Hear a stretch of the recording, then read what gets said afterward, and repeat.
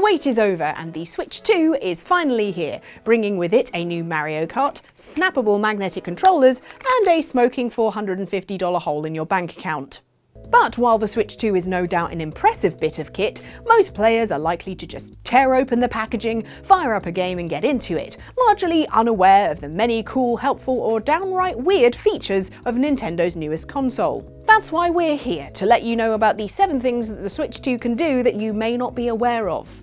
And no, one of them isn't ruin your day with a last-second blue shell in Mario Kart. We're already well aware of that.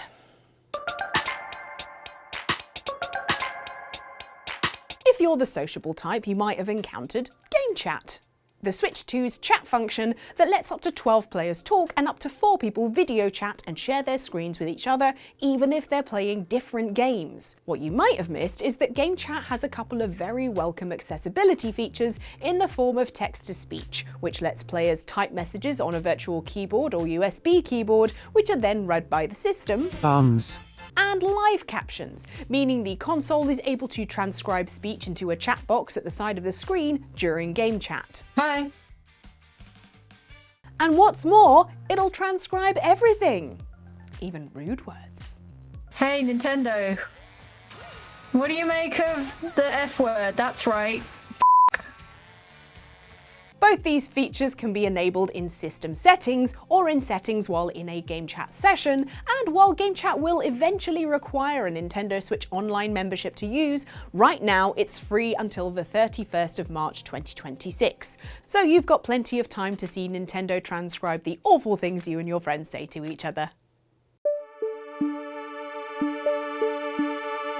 Speaking of Game Chat, Nintendo says the Switch 2 is optimized to make hearing things as easy as possible using noise reduction, so only your voice comes through your friend's speakers, not a load of background rubbish as well. The noise reduction is specially designed to remove noises that you're likely to encounter while playing Switch 2 games, such as the Switch 2's fan and the click of the Joy-Cons attaching, cancelling them out so they don't make it through to your friend's ears. Not only that, the sounds of whatever game you're playing are sent to the Switch 2's audio chip, therefore automatically removing any game sounds played through your TV. However, this is Nintendo, so the noise reduction is also vibes-based.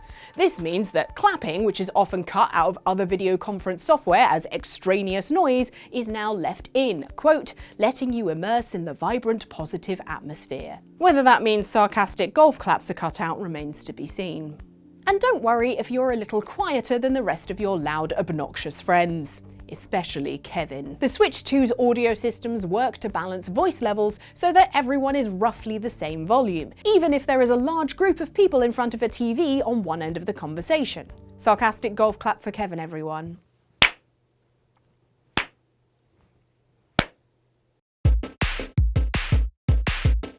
don't know if you've ever tried to use the kickstand on the original Nintendo Switch, but it was, to put it mildly, rubbish. Not so the kickstand on the Switch 2, which is both sturdier and more reliable than its predecessor, and more intelligent about its positioning thanks to a clever new screen. The screen for the Switch 2 can now detect the angle that it's at, allowing for more comfortable viewing when you've got the controllers detached.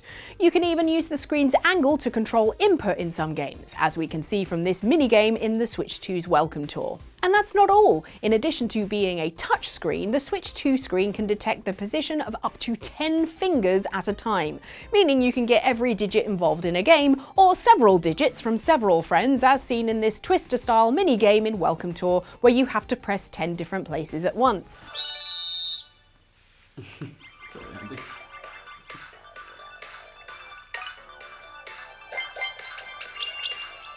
Just imagine the gameplay possibilities. You could play the piano, give someone a back rub.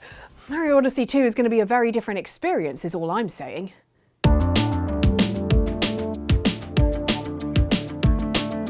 Like the Switch before it, the Switch 2 asks you to unlock the console by pressing a button 3 whole times to prove you actually do want to play, thus preventing the Switch equivalent of a butt dial. Most people won't be cramming a Switch 2 in their back pocket, but they will, when prompted to press A to begin the wake-up process, most likely simply press A 3 more times to complete the unlocking. Simple. You can, in theory, press any button 3 times to get the job done, not just A, but most people won't. which means the majority of Switch 2 owners will be missing out on the audio treat that is the array of new alternative unlock sounds hidden behind the Switch 2's non-face and non-bumper buttons. They sound like this.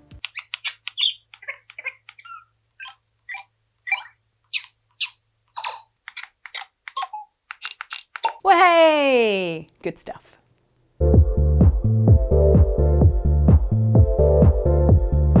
PS5 owners will be familiar with the fun and/or eerie experience of having sounds coming out of the speakers in their controllers. Fun in most cases, eerie when it's a crying fetus. Now, one thing the Switch 2 controllers don't have is speakers in them, so while PS5 games can send audio to PS5 controllers, the Switch 2 has no such capability, right? Wrong! Although the Switch 2 Joy-Cons don't have actual speakers, they contain newly punchy and precise motors, which underpin the Switch 2's improved haptic feedback system known as HD Rumble 2. So far, so expected. The novel part is that these motors can produce vibrations with enough finesse and power to produce some surprisingly sophisticated audio, like so. This means the Switch 2 controllers are capable of delivering some sounds and music independently of the main console speakers or your TV's sound system. So we can look forward to hearing all kinds of things through the Joy-Cons. Ideally not a crying fetus, but you never know.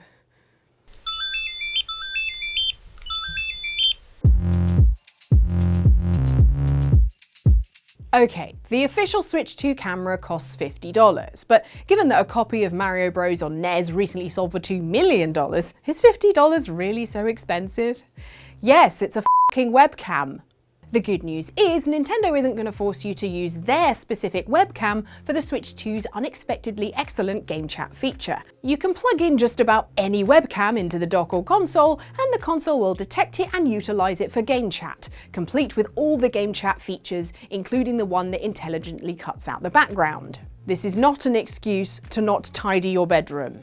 While on paper the official Nintendo camera is a bit pricey and entirely optional, it does have a few neat features that we appreciate. The wide-angle lens is adjusted to avoid distortion on the edges of the picture, which makes it good for the feature wherein it can record up to 4 faces during local play. It is also at least higher resolution than the 480p camera in Hori's otherwise hilarious official Piranha Plant camera. By this, and your game chat feed is going to look like it was filmed on a potato being eaten by a piranha plant, obviously. Finally, the official Nintendo camera comes with a stand that is inarguably useful in a living room setup for avoiding awkward and unflattering camera angles. We get enough of that when we're playing a Switch in handheld mode and then a black loading screen pops up. It's not an extra chin, I just suffer from wandering neck.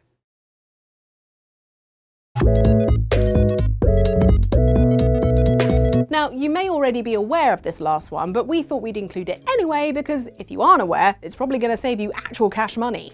In another welcome pro-consumer move, the Nintendo Switch 2 is fully compatible with Switch 1 controllers, meaning that all the expensive Joy-Cons and Pro controllers that you purchased for your Switch 1 will work not just with Switch 1 games installed to the console, but with Switch 2 exclusive games as well.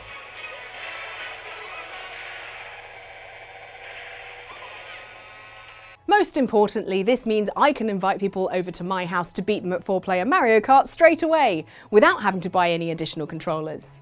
And yes, I will be winning, because it's my Switch 2. My rules.